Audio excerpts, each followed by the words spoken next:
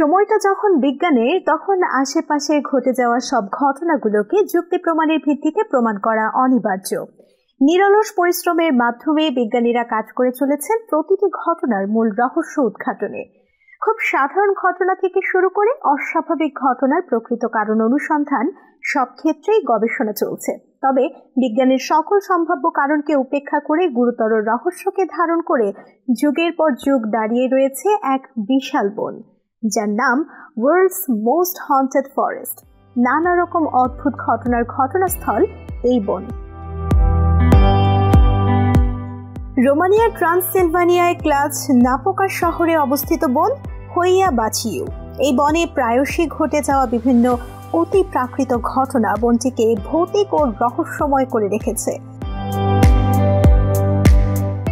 প্রায় 729 একর জায়গার উপর দাঁড়িয়ে রয়েছে এই বনটি।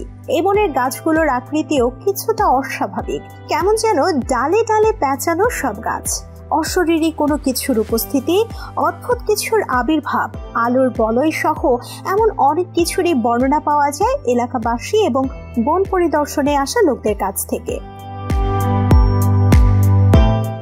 বনে ঘুরতে আসা প্রায় সবার কাছেই শোনা যায় তারা বনে থাকার পুরো সময়টা জুড়েই এক ধরনের অস্বাভাবিক মানসিক উদ্বিগ্নতায় ভোগেন।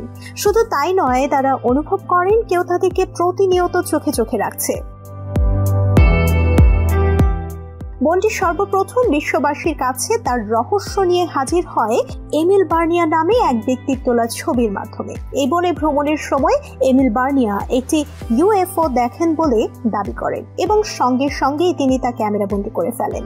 ঘটনার সত্যতা যাচাইয়ের জন্য কিছুদিন পর গবেষকরা পরীক্ষা নিরীক্ষা করেন এবং আশেপাশের স্থানীয়দের সঙ্গে কথা বলেন। তারা জানায় তারা এমন গোলাকৃতির তীব্র আলোর বলয় বন থেকে ঊর্ধ্ব আকাশের দিকে মাঝে মাঝেই যেতে দেখেছেন। কথিত আছে একবার এক মেষ পালক প্রায় 200টি মেষ শাবককে ঘাস খাওয়ানোর জন্য এই বনে প্রবেশ করেছিল।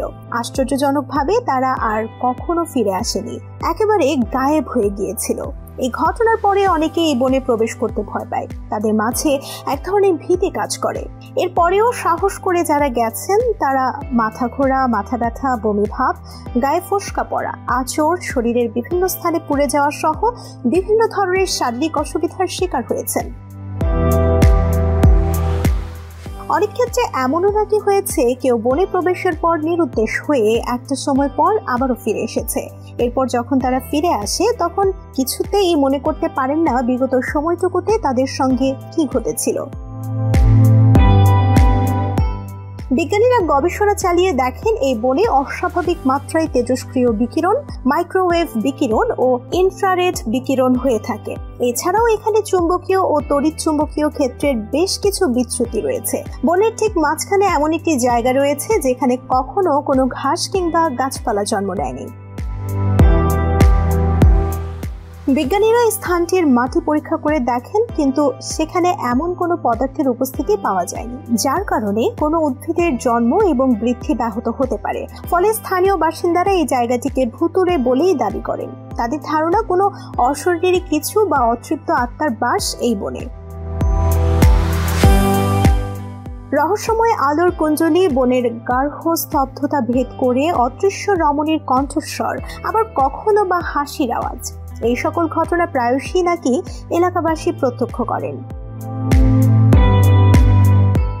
বনের ভুতুড়ে ঘটনার কারণ হিসেবে স্থানীয়দের মত, রোমানিয়ার বেশ কিছু চাষিকে নাকি অন্যায়ভাবে এই বনে হত্যা করা হয়েছিল আজ থেকে প্রায় 50 বছর আগে, আর তাদের অতৃপ্ত আত্মাগুলোই এই বনে আটকে রয়েছে।